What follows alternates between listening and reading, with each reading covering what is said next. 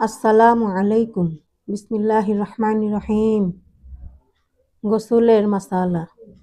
গোসলের সময় কিবলার দিকে মুখ করিবে না। পানি বেহুদা খরচ করিবে না।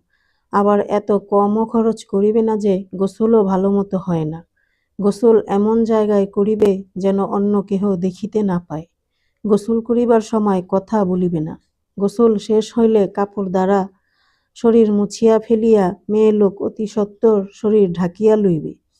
এমনকি যদি গোসলের অজু করিবার সময় পা না ধুইয়া থাকে, তবে গোসলের জায়গা হতে সরিয়া আগে শরীর ঢাকিয়া লইবে, পরে উভয় পা ধুইবে।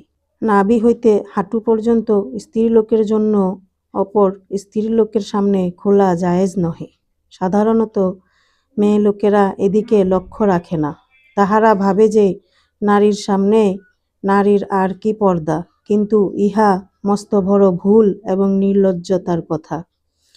গোসল করিবার নিয়ত করুক বা না করুক, সমস্ত শরীরে পানি বহিয়া গেলে এবং কুলি করিয়া লইলে আর নাকে পানি দিলে গোসল হইয়া যাইবে।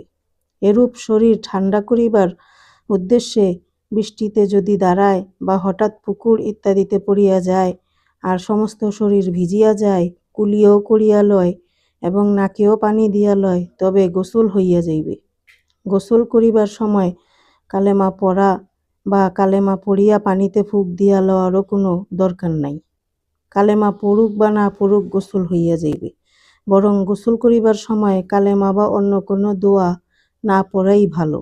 প্রিয় মা ও বোনেরা, গোসলের কিছু মাসালা আজকে আমরা জানলাম। ইনশাআল্লাহ আগামী পর্বে বাকি মাসালাগুলো আমরা জানব। আমাদের চ্যানেলটির সাথে যুক্ত থাকুন। আল্লাহ পাক আমাদের সবাইকে আল্লাহর হুকুম নবীর তরিকায় চলার তৌফিক দান করুন। আমিন। আসসালামু আলাইকুম। উঠে গেলাম। এটা পড়ুন।